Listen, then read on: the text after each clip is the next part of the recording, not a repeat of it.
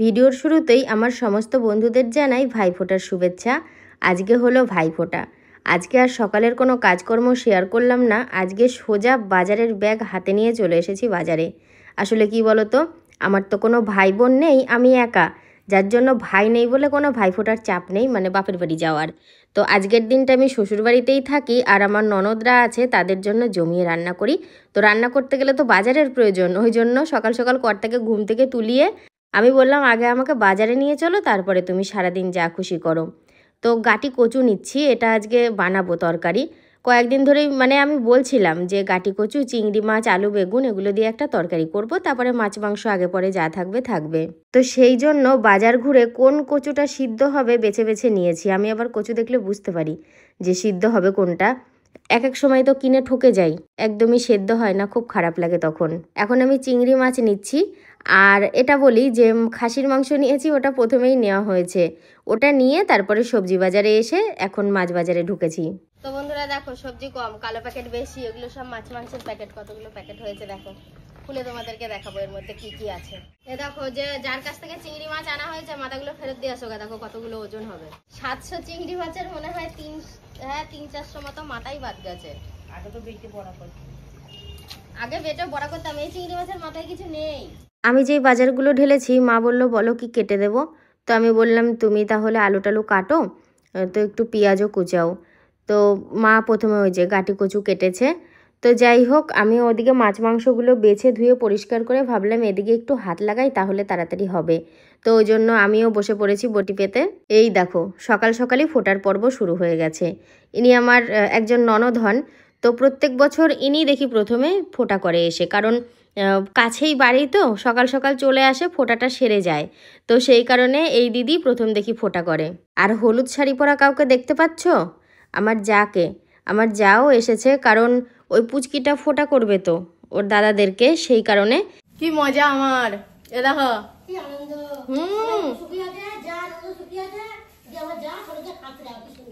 দেখি দেখি খাচ্ছে, দেখি দেখি খাচ্ছে। খাও খাও খাও, না না না না, খাও খাও খাও। এ দেখো আবারও ফোঁটায় বসেছে, দিদি ফোঁটা করছে এখন। তো সুন্দর কোনো কারণে ফোঁটা করতে পারবে না, তো সেই কারণে দেখো দুজনের মিষ্টি একসাথে রয়েছে। আর ওই দিদি দিয়ে দিয়েছে সুন্দরের মিষ্টিটা ওর হাতে। সোহিনী তো আজকে সকাল থেকে একবারও খাওয়ার কথা বলেনি, আর তাছাড়া ওর শরীরটাও একটু গন্ডগোল আছে। অন্যদিন দেখি মানে ঘুম থেকে উঠেই বলে খাবো, তো আজকে ফোঁটা দেবে বলে না খেয়ে রয়েছে। আর সবাই তো ওকে আমরা কালকে থেকে রাগাচ্ছিলাম যে তুই ফোঁটা দিবি সেই বেলা 3টের সময়। ইস, চারিদিকে দেখো কত মিষ্টি। ভাই ফোঁটা মানে যেদিকে তাকাবো সেই দিকেই মিষ্টি, মানে ভাই ফোঁটার সাথে মিষ্টির একটা খুব মানে ভালো সংযোগ রয়েছে।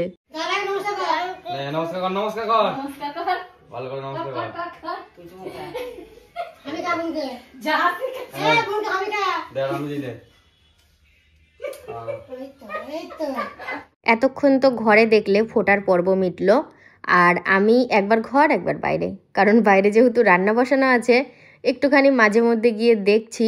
তো আবার মনে হচ্ছে কি যে না, বাইরে তো আমার রান্না আছে, রান্নাটাও করি। তো এখন দেখো আপাতত বাইরে সবাই বসে রয়েছে। আমার এক মাসি শাশুড়ি এসেছেন, আর আমার ননদরা তো আছেই। তো সবাই মিলে খুব ভালো সময় কাটছে, হাসি গল্প। সব থেকে বেশি ভালো লেগেছে সোহিনী আর পুচকুর গিফট দুটো। দেখো পুরো হাট বিছানো আমার এখানে, কিছু করার নেই, আজকে একটু হবে। অল্প অল্প পরিমাণে যেই রান্নাগুলো, সেই রান্নাগুলো আমি ছোট ওভেনে করছি। আসলে কি বলো তো, ধরো চিকেনটা অল্প, মাছ অল্প, মাছের মাথাগুলো ভাবলাম ভেজে নেব। তারপরে আলু কচু বেগুন দিয়ে যে তরকারিটা করেছি সেটাও এই ওভেনে ওই কড়াইয়ে হয়ে গেছে। আর বেশি রান্না যখন করব তখন বড় ওভেনটা জুড়ে দেবে। সায়নকে দিয়ে 20 টাকা তেঁতুল আনালাম, মাছের মাথার টক হবে বলে। কি এই মিষ্টিটা তুমি নিয়ে আসলে, মানে তোমাদের মিষ্টি বোনেরা খেতে পারবে না বলে? ওই ভাতের সাথে দিয়ে দাও। আচ্ছা, লাল লাল কেন মিষ্টিটা? এটা লাল তৈরি করেছে, হালকা কড়া পাকের মনে হয়। আমাদের এখানে মিষ্টি হাউসফুল হয়ে গেছে সব, তাই? আর যেহেতু বলছিলাম একটা পান্তা করে। তবে তুমি যাই বলো, এটা গর্ব করার কথা না। আমি আরো তো 5 জায়গায় দেখেছি, মানে আমি যেই জায়গায় থাকি সেই জায়গার মতো ভাই ফোঁটায় মিষ্টি বিক্রি কিন্তু কোথাও হয় না। অনেক হেল্প করে দিলে আমাকে, অনেক কোথায়, এইটুকুনি তো করতেই হবে না। এখানে দেখো আমি সোহিনীর কড়াইতে মাছ ভাজতে শুরু করেছি, যেহেতু অল্প মাছ 4 পিস, ভাবলাম এদিকে হয়ে যাক। হ্যাঁ আমার না এটা দেখে খুব হাসি পাচ্ছে, রসুনটাকে পুরো মুখে মাখার মতো লাগছে, ডিমের মতো। দেখো সাবধানে তুলো ওখান দিয়ে।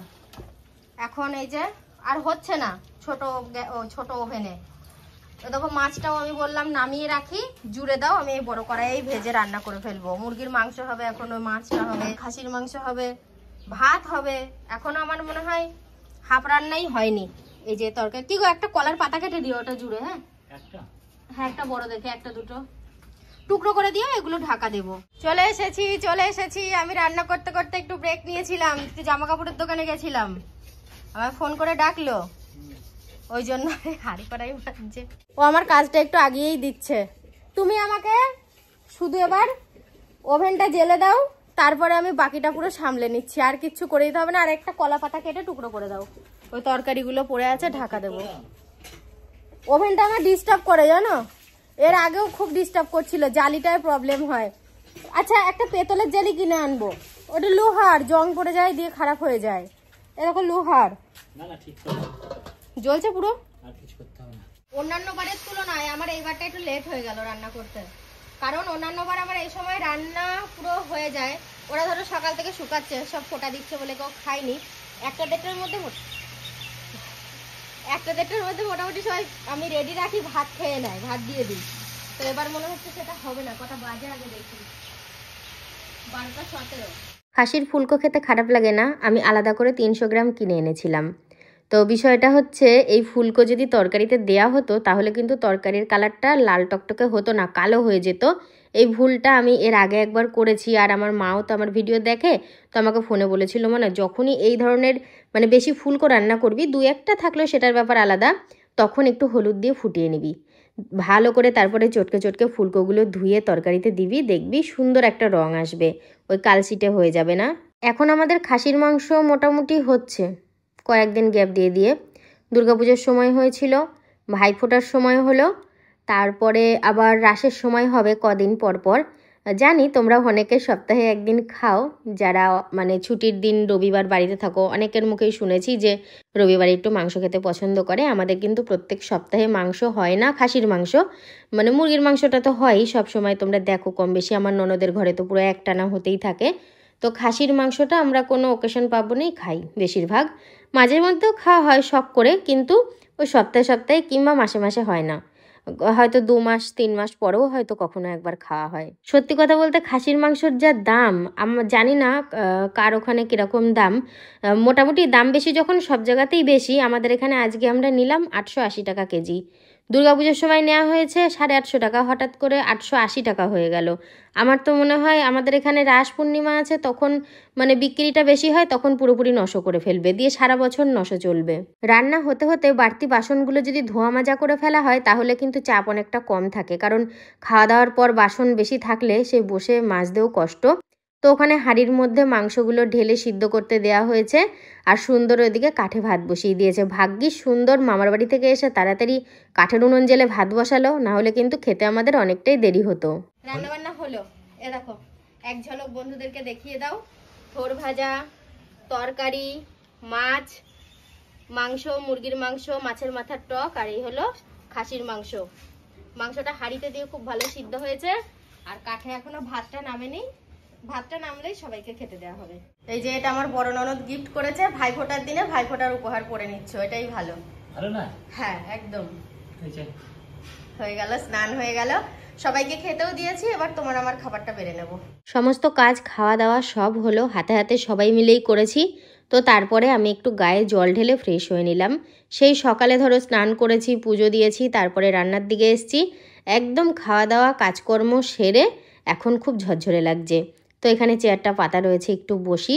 সবাই আমাদের ওই বারান্দাটায় কেউ শুয়ে কেউ বসে গড়াগড়ি দিচ্ছে, গল্প করছে, আর আমি ভাবলাম এখানটায় একটু বসি। বসতেই মনে হলো আমার কর্তার তো মিষ্টি রাখা আছে, তো ও আসতেই ওকে বললাম কি তুমি একটুখানি তোমার মিষ্টির প্লেটটা বের করো। ওর মিষ্টিগুলোও আমি গুছিয়ে রাখিনি এখনও, মানে প্যাকেটে রয়েছে, কোনোটা প্লেটে রয়েছে, থালায় ঢাকা রয়েছে, এরকম রয়েছে। তো মানে আমি একটু সুযোগ পাই, সময় পাই, অবসর হই আর কি, তারপরে আমি মিষ্টিগুলো গুছিয়ে রাখবো।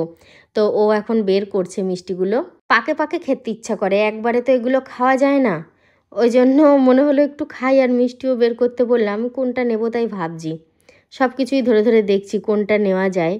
তো ভাইফোঁটার মিষ্টিগুলো এরকমই হয় জানো তো, নানান ধরনের নানান রকমের।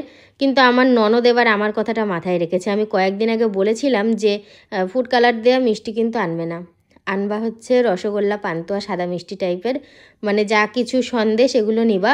তো অন্যান্য বারের তুলনায় এবার যেন কালার মিষ্টিটা নেই। লবঙ্গ লতিকা, তারপরে ল্যাংচা, লট চমচম এগুলো রয়েছে। তো চিরা মিষ্টি আছে, কিন্তু ওই কালার মিষ্টিটা নেই। এই যে এখন হবে তরকারি গরমের পালা। এটা হলো মাছের তরকারি। এই যে এখানে ভাতের হাঁড়ি বসালাম, আর আলু কচু বেগুনের একটু তরকারি ছিল, তরকারিটা গরম হচ্ছে। আর দেখো কতগুলো ভাত আছে, দেখো অল্প করে চাল নিয়ে এসছি, এই জন্য প্রচুর ভাত আছে। এখনো কিছু কিছু তরকারি আছে ঘরে, নিয়ে এসে গরম করবো একে একে। এখন 9:30 পৌনে 10টার মতো বাজে, সঠিক বলতে পারছি না কটা বাজে গো, দেখো তো। হ্যাঁ, এবার একটু ক্লিয়ার লাগছে। প্রায় 10টা বাজতে চললো। আমার সমস্ত কাজ কমপ্লিট হয়ে গেছে, রাতের রান্না, সবাইকে খেতে দেয়া। তো এবার যেটা করব সেটা হচ্ছে আমি দুটো খাবো, খেয়ে চেঞ্জ করে নাইটি পরে দুকুত করে ঘুমিয়ে যাব। তো চলো আজকের মতো গুড নাইট বলছি, দেখা হচ্ছে আবার পরের ভিডিওতে।